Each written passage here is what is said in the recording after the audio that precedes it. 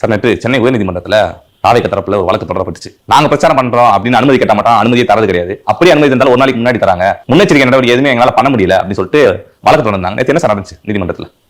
நீதிமன்றத்தில் அரசு வகைத்தொகை தெரியாமல் மாட்டிக்கொண்டது என்று தான் சொல்ல வேண்டும். கரூர் சம்பவத்தை அடிப்படையாக வைத்து எந்த கட்சியுமே பிரச்சாரம் பண்ணக்கூடாதுன்ட்டு முடக்கிறது இந்த அரசு ஒரு திட்டமாகவே செயல்படுத்தி இருக்கிறார்கள் என்பதை நம்ம ஏற்கனவே விவாதிச்சிருக்கோம்.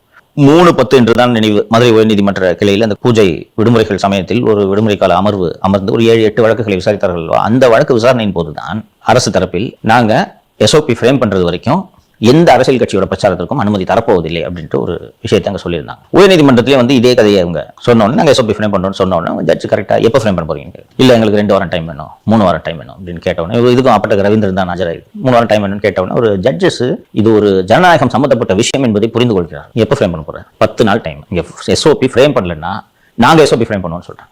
இது எஸ்ஓபி ஃப்ரேம் பண்றோம், அது வரைக்கும் யாருக்கும் அனுமதி கொடுக்க கூடாது என்பது அரசின் நல்ல நோக்கத்தினால் அல்ல. இதை பயன்படுத்தி எதிர்க்கட்சிகளின் பிரச்சாரத்தை முடக்க வேண்டும் என்பதற்காக அதிமுகவே சிக்கலை சந்திச்சுன்றதை நான் சொன்னேன். அன்புமணிக்கு இந்த சிக்கலை சந்திச்சாரு, தேமுதிக இந்த சிக்கலை சந்திச்சது. சோ பிரச்சாரத்திற்கு மற்ற கட்சிகள் எதிர்க்கட்சிகள் குறிப்பாக போகாமல் தடுப்பதற்காக இதை செய்கிறார்கள். ஆனா யாருக்கும் அனுமதி இல்லைன்றதை சொன்ன பிறகு முதல்வர் ரோட் ஷோ நடத்தினார், பார்த்தோம் நம்ம கோவையில.